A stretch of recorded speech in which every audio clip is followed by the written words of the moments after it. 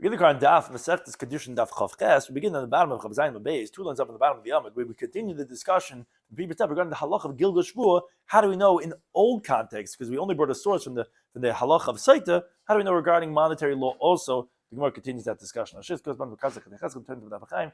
Hashem turns to the Daf. Some of this discussed in today's Daf is starting from the next Mishnah, which is a little bit of a complex Mishnah.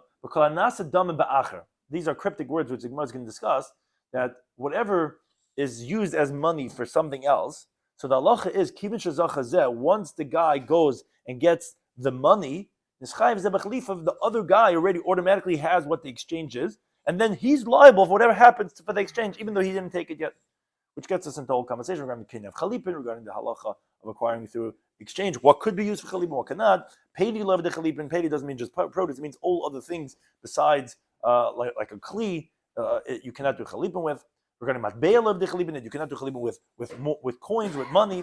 Moisa and the kindness. Regarding the halacha of the Torah that manis cannot acquire things. Yet hektish kind of a kasev hektish. The Torah says explicitly, unless not kasev kamloi, you could acquire hektish with money. So we begin the current daf. And Chav Zayin Beis, 2 lines up at the bottom of the Amud. We had said in the previous stop that Gilgal Shvuah, where do we know Min HaTorah? So he said because it says V'shbiya Kohen is Ish V'Amisha Amen Amen. What's saying Amen Amen? Amen Shloisatisi Arus in the Sewer Shamer Yom Kedusa.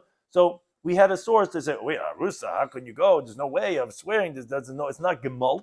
There's no way. Only way is, you're right. Once he's getting to swear for the Nesua, then he get to swear Arusa. That's Allah of Gilgal Shvuah. Although there's no Shvuah for Arusa, same thing for Karka. We said that would say the same thing. It says the Gemara. Wait a second.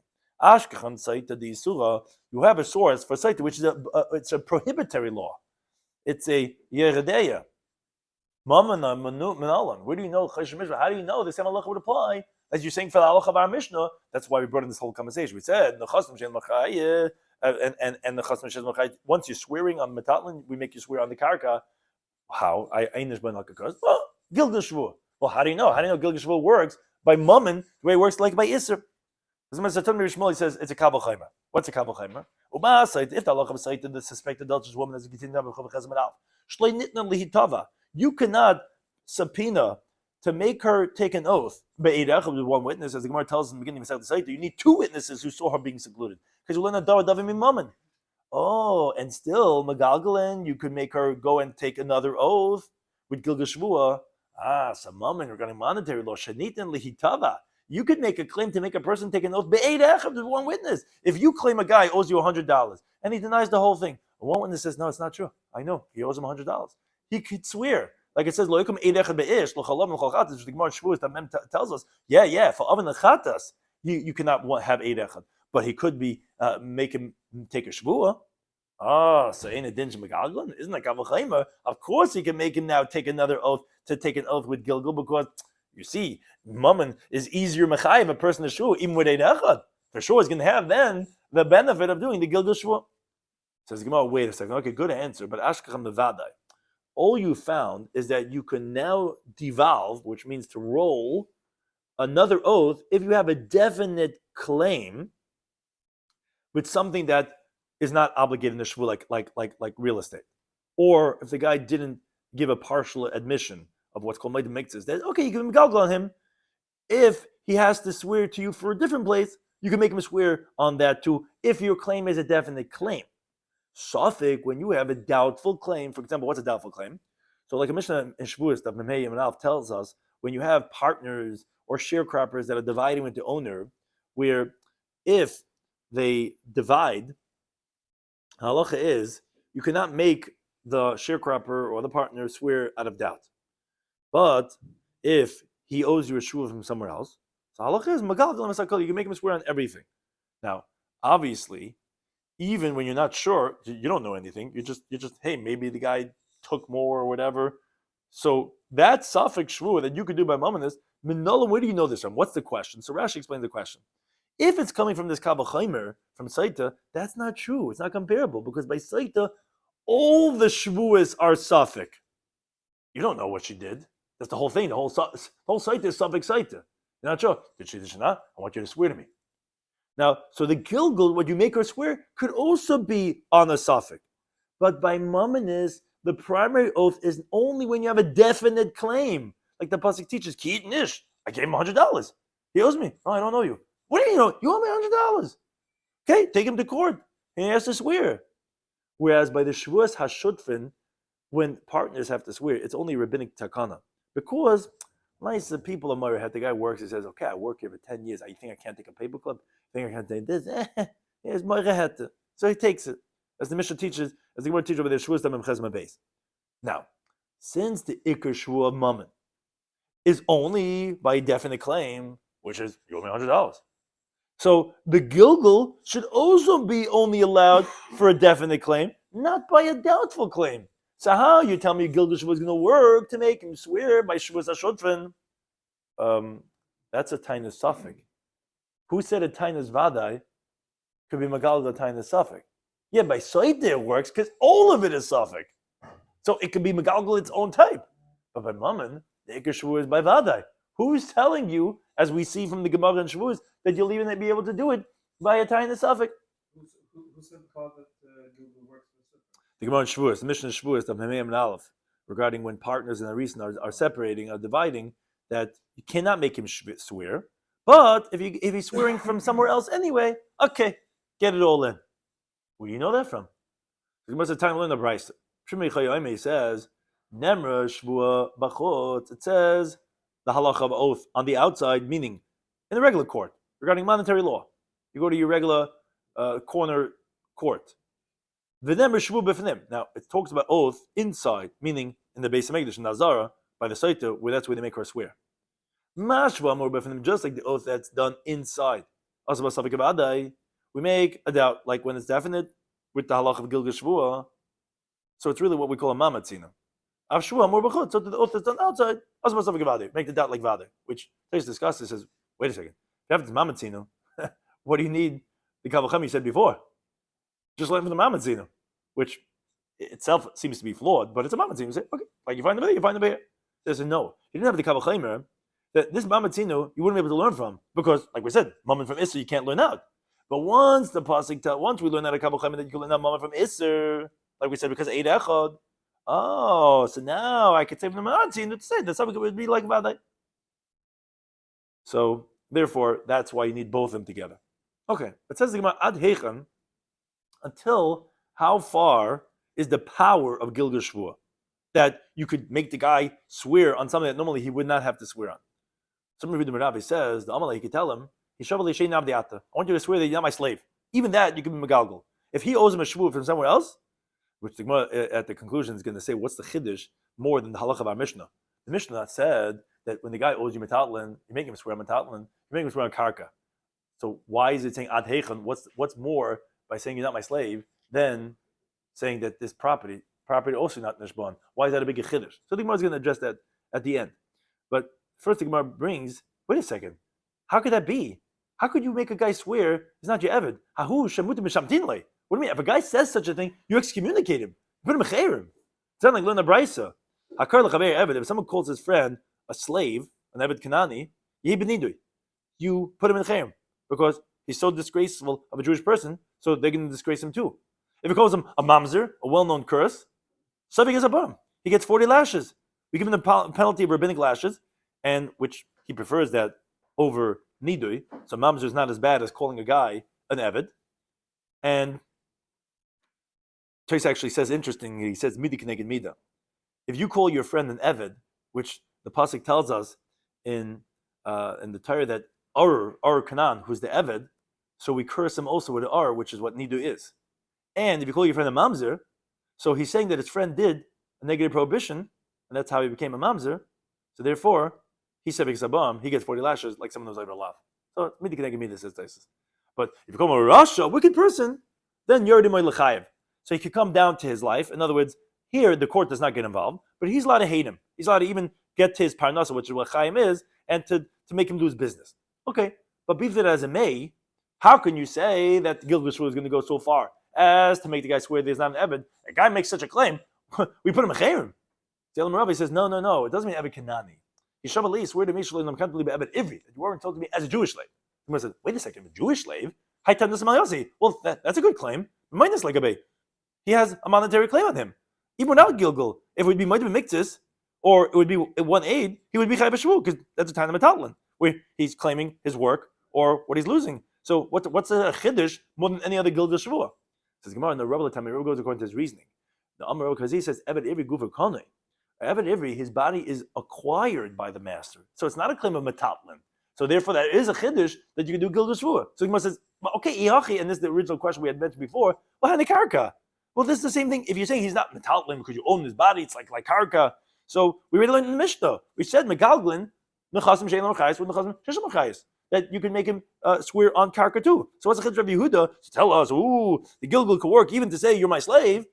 Well, that's the same thing as karka. Why is that a bigger chiddush in the halakha of the Mishnah? Says Gemara, no, I'll tell you why it's a chiddush. What would you say? Karka would be the interest in yeah, property. It's normal for people to buy still a hate. Okay, flip some properties. It means the zavin. If he sold it, let's say call it. Could be the word didn't get out, and therefore we'd say okay. Although in this one al karka, but we're gonna do gilgal shvua on the karka. Hi, this guy. It means the zavin. If he really bought him as a slave, call this. Everyone's gonna find out. Uncle Kikay from Shmuel, he's a slave. And everyone would know about it. And therefore you would think, no, that even for Gilgal, you would not make him swear, because there's no reason for us to believe that he's an Eved, we would have heard about it. Mashmallah, they were saying that, no, even so, if he tells him, Avdi Ato, Eved Ivri, that then he's going to be able to megalgal the shvua on that too. Which Taisa brings, the Maskal Nemra, that from his teacher, that not in every suffix will megalgal it. That if a person's chayav b'shvua to his friend, can't just tell him, swear to me you didn't steal from me ever. You can't just make him swear anything. Swear to me you never wore a size 25 suit, whatever this, that. No, it's dafka suffix that we have to be concerned a little bit. Like, for example, he was a partner or a sharecropper. Then we say, magalgal, but you can't make him swear anything, says Tais. Al kapanim, but something that is somewhat related or something that we would believable, then we make him take a shvua. The next Mishnah. Now this Mishnah is more complex, very difficult in how to translate. But again, it's continuing the theme of all the Mishnayos from this Masechta so far, talking about kinyanim. It says the Mishnah like this: Kalanase damim ba'acher. Whatever is made as money for something else. What does that mean? So we're just going to translate the way Rashi says, is that its norm is to give it as monetary payment when you buy a different object. Well, that really sounds like an oversimplification, actually an overcomplication of really coming to tell us the definition of what a coin is, which that you want to say whatever is made by money by something else, which you use it to pay a monetary value, which is the way the Gemara is assuming in the beginning, it's referring to a coin.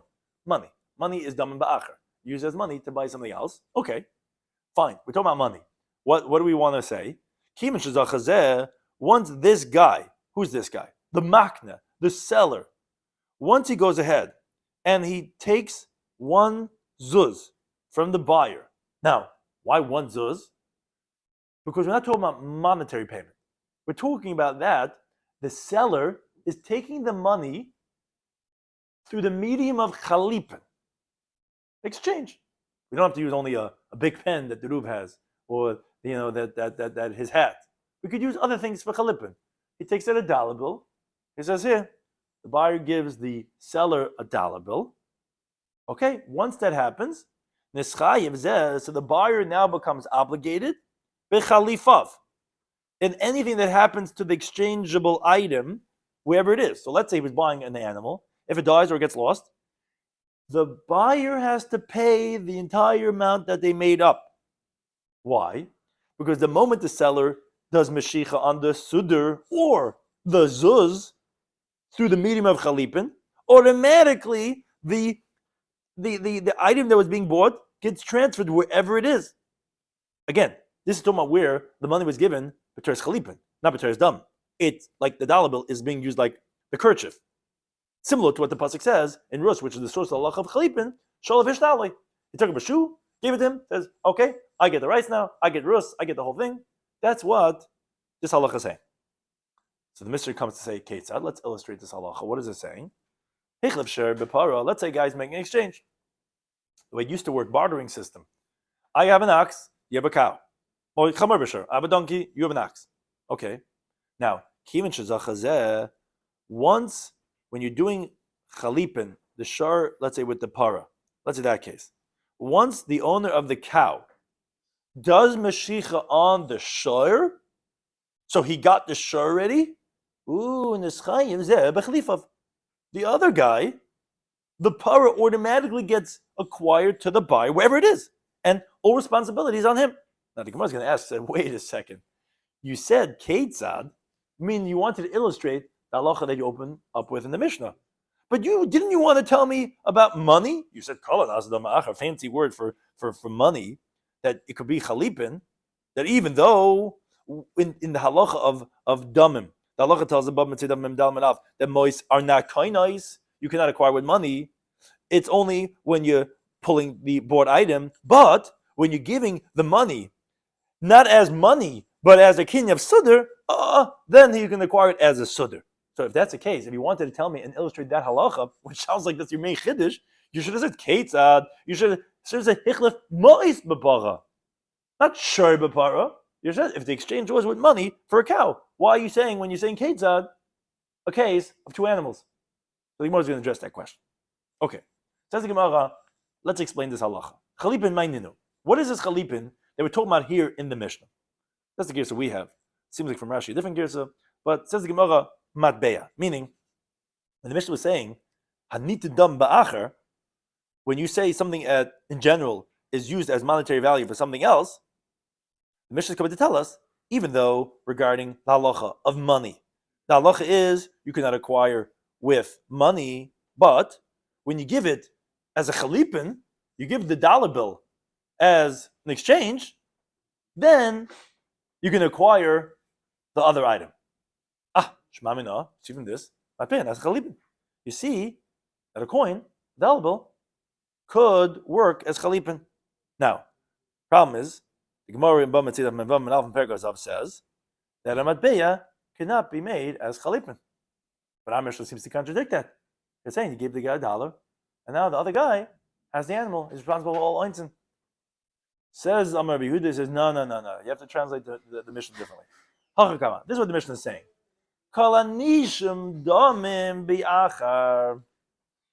Anything that if you want to use it as money for something else, right? Because money is a very interesting topic.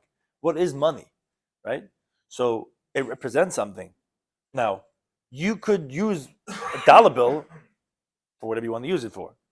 It could be used as a kerchief. It could be used as wallpaper. You could use it as currency. So if you want to take something else and use it as money, you would have to evaluate it first. Now, the mila of having currency is that you always know what its value is, because that's what we're establishing. But let's say I want to use this tissue box as $1.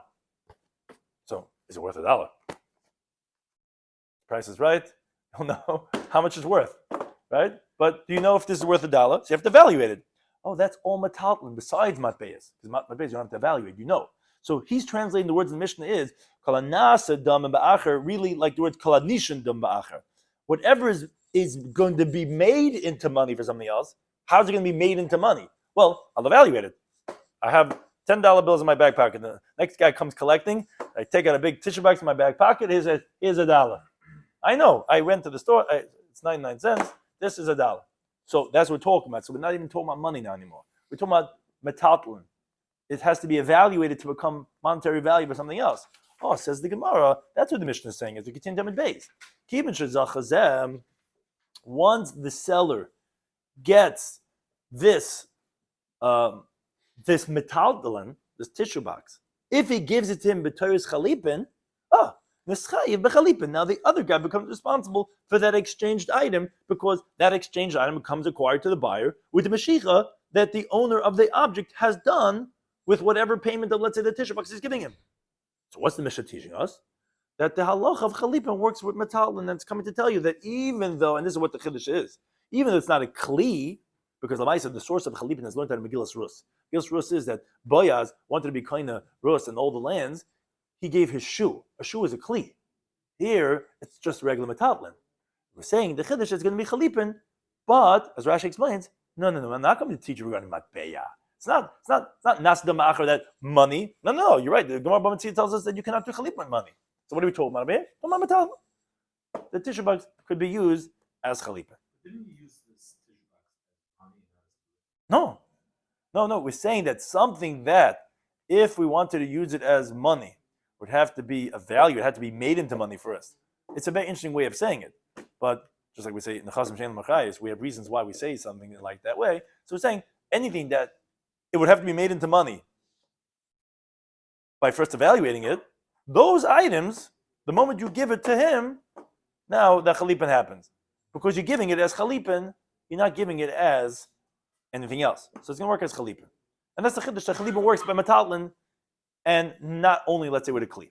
The Gemara says, take it nami. Actually, a precise reading of our Mishnah indicates now the way we're interpreting that we're not talking about money.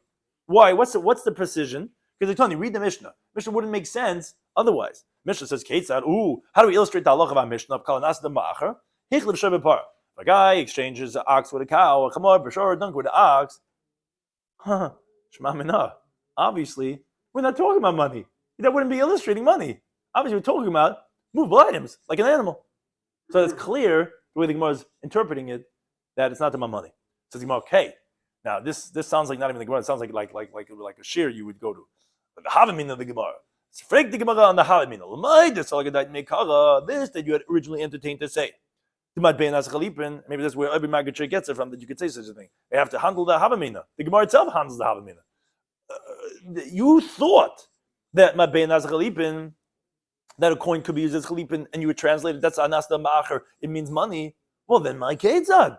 I want to know in your Havamina. How could you say ketzad? You normally learn the Gemara, and people say, well, what's haksta Havamina? That's the Gemara. So the Gemara made a mistake. Why have to now make it sense of it? The Gemara itself is saying the same thing. The Gemara itself is saying we fell off because yes, look, it says shar b'para, but I understand. What was your Havamina? When you said ketzad, it should have said hechlav mois b'para. What are you saying hechlav shar b'para? Says the Gemara, I'll explain to you what the Havamina was. Hachikama. This is what the Mishnah was actually telling you two different halachas. In the Reisha, it was teaching you about the matbeya, about coins, about money, and then it was teaching you about other metatlan. The Mishnah was saying, Peiris nami, meaning everything, even if it's not a kli, as Rashi says, peri, it doesn't mean just fruits.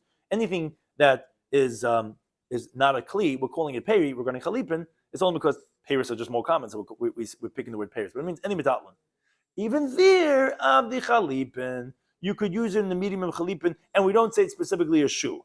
That's what the Mishnah was illustrating. Ketzad, how so? That wasn't going on the case of the matbeya. That was going on the second halacha. Hechlif, even besar shar b'para, which Rashi points out, why did we suddenly change? Why did we talk about the meat of an ox for a cow? Meaning, for sure, a living ox, which is better. In a way, a living ox is similar to a kli, because you could use it, it has utility. A dead ox, you're just eating it for the steak. It's peri. It's nothing even near. So the Gemara is saying even that it's a regular metaltalin, not a kli, or the meat of a donkey for an ox. That's what the Mishnah was saying. A second halacha, once the seller gets this, what you're giving him as chalipin, and the metaltalin, then the liability of the exchangeable item, which was being transferred, is going to be the responsibility of the buyer. So again, that's what the Havamina was. Nice, we fell off of that. Said no, it's not talking about, because that contradicts the Gemara Mametzia. But the Havamina was, yeah, it's talking about Mabeya, but the Ketzad was going on the second halacha. The Gemara says, wait a second, here it gets a little complex. This makes sense according to Rav Sheshes. You could explain the Mishnah both according to what the Havamina was, according to what we originally thought, that it was only talking about money, and both according to what we answered, that it's talking about kolanishim, which is talking about payers, which is talking about metatlin. How so? Because the Amar, he says, Peiras Abdi Chalipin, he holds, yeah, you can do Chalipin with payers, with metalin, movable items. So that makes sense. That's how we explain the Mishnah, both in the Havmin and the Maskana, that the Ketzad of Shar B'Para is to metalin. And the Rav Nachman, that he says, Peiras Abdi Chalipin, he goes, no, you can't do Chalipin with payers, with metalin. Like them, what are you going to say? So what's Ketzad? As Rashi explains, both according to the Havamina, and even according to what we're coming out of the Maskana. None of them is like Rav Nachman. Because we're saying that you're doing chalipin with shar b'para, according to Rav Nachman, you cannot do chalipin with a metalin. How are we going to explain it? According to Rav Nachman, which this machlokes Rav Sheshes Rav Nachman is brought in Bamitziyah of Namzayim and Alf. So according to him, how he explained the Mishnah. So I'm not taking more answers. The truth is that the whole Mishnah, according to Rav Nachman, is teaching one halacha. Not like we just said, there was teaching two halachas. And is talking about meaning according to Havmina. And we're talking about actually matbeya. So we're saying matbeya, that's difficult. Because that means to say, first of all, it doesn't make sense, ketzad. And also, it doesn't make sense. I thought matbeya, the Gemara tells Bamitziyah, it cannot become the chalipin. So I said, I'll explain to you. This is what the Mishnah was saying. What the Mishnah was saying, Kol hanasa dam ba'acher. Which, what does it mean? A very fancy way of saying it. Whatever's made for money for something else, it's referring to a coin. A coin is made for money for something else. It's saying like the following halacha, a unique halacha. Yesh damim shehein kechalipin. Sometimes you'll have money that will be like chalipin. Meaning, sometimes mo'is will be kindness. Yes, manas. We said before that money cannot acquire. Sometimes money will acquire. The way chalipin of a shoe works, even if you're giving the money not as chalipin, right? Mois doesn't work as chalipin. You're giving it in the Torah's damim, still it's going to work. How so? If you told me mois in the kindness, I'll tell you. Ketzad, how so? That's what the Mishnah was saying. When the Mishnah was saying Ketzad, what do you need Ketzad for? So read the case. It's a fine point. Hechlif demei shor b'para. If someone was exchanging the money of an ox for a para, or demei chamar b'shar, or the money of a donkey in an ox. So what's this case? It's very specific. Rashi explains. It's very important.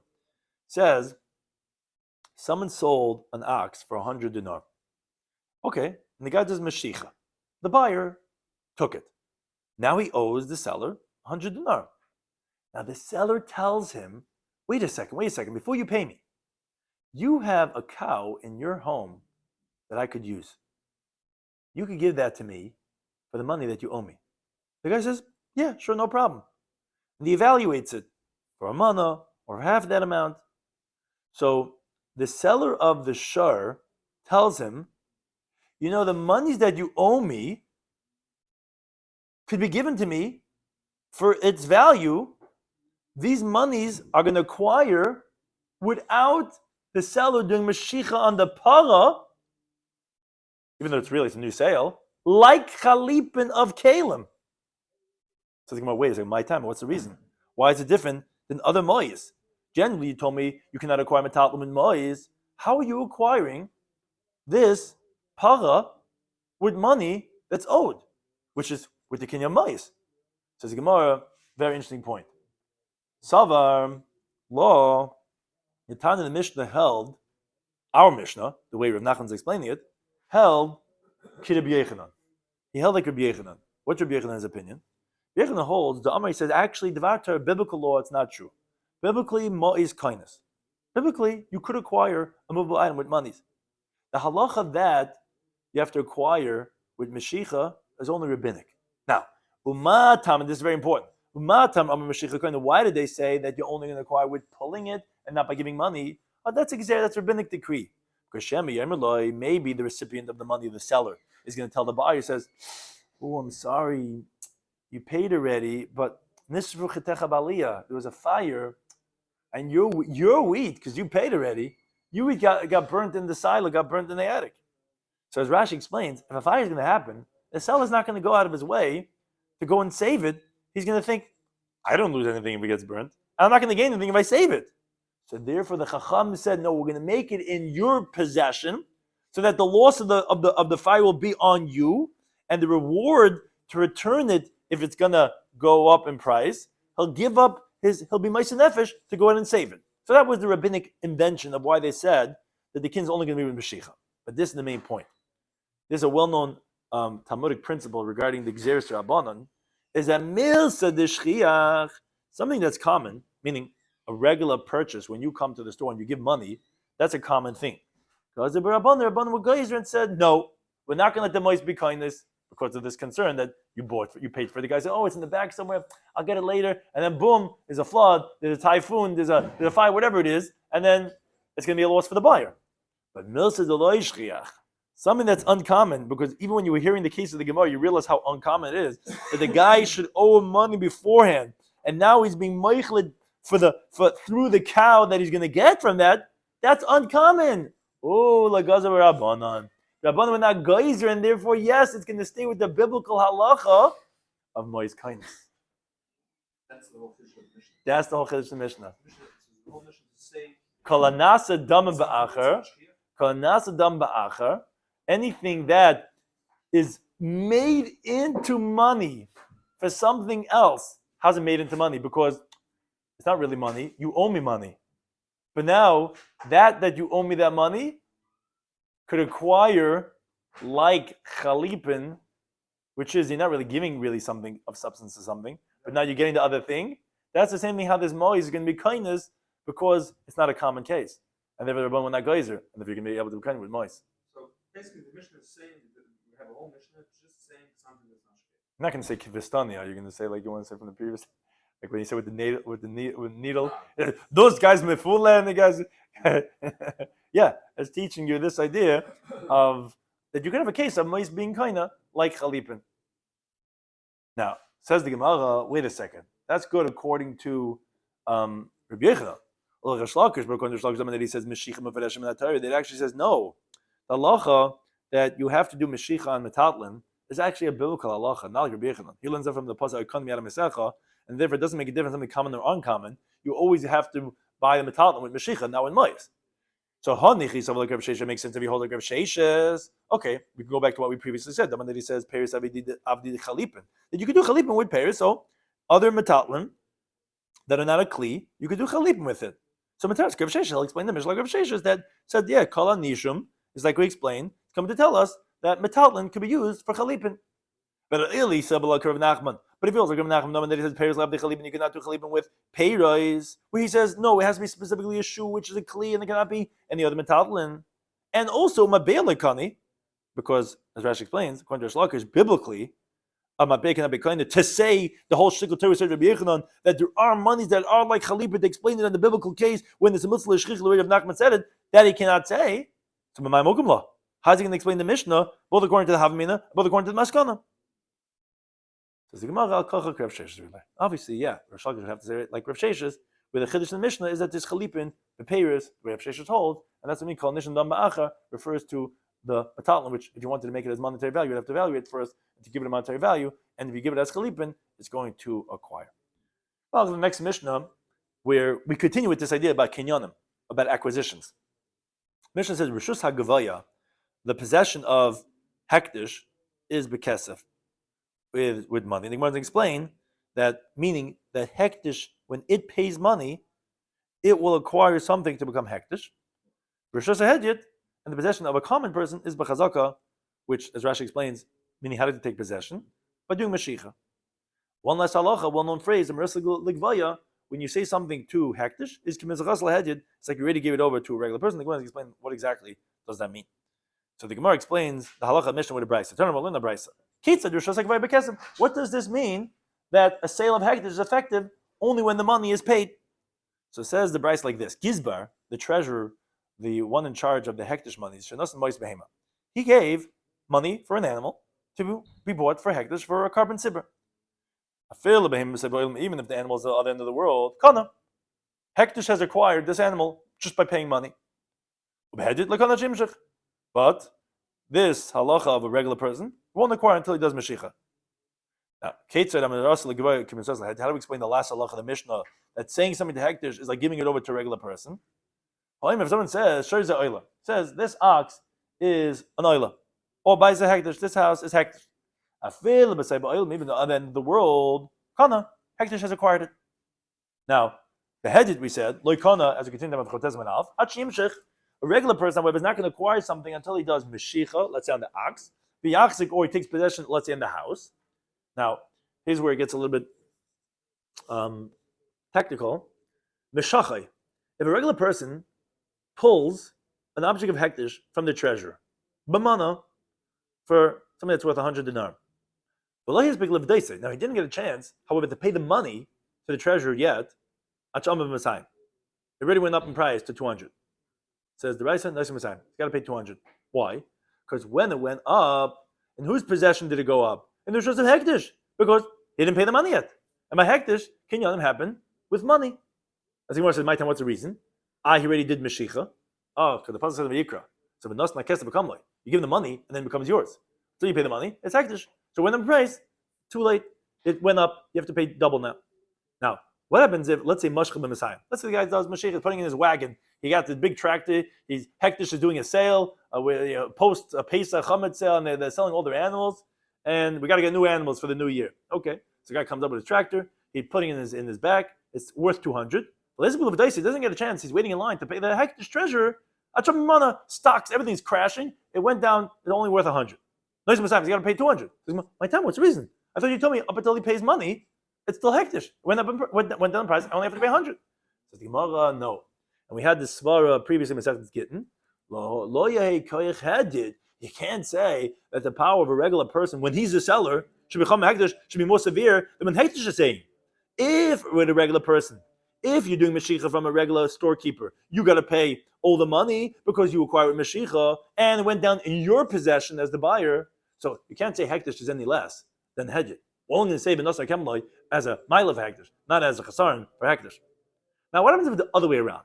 What happens if Pedoi, he gave the money? Up until now, we were talking about he did Mashiach without giving the money. And went up in price, went down in price. Now we're going to do the other way. What happens if Pedoi, he gave the money? But Messiah, when it was worth 200.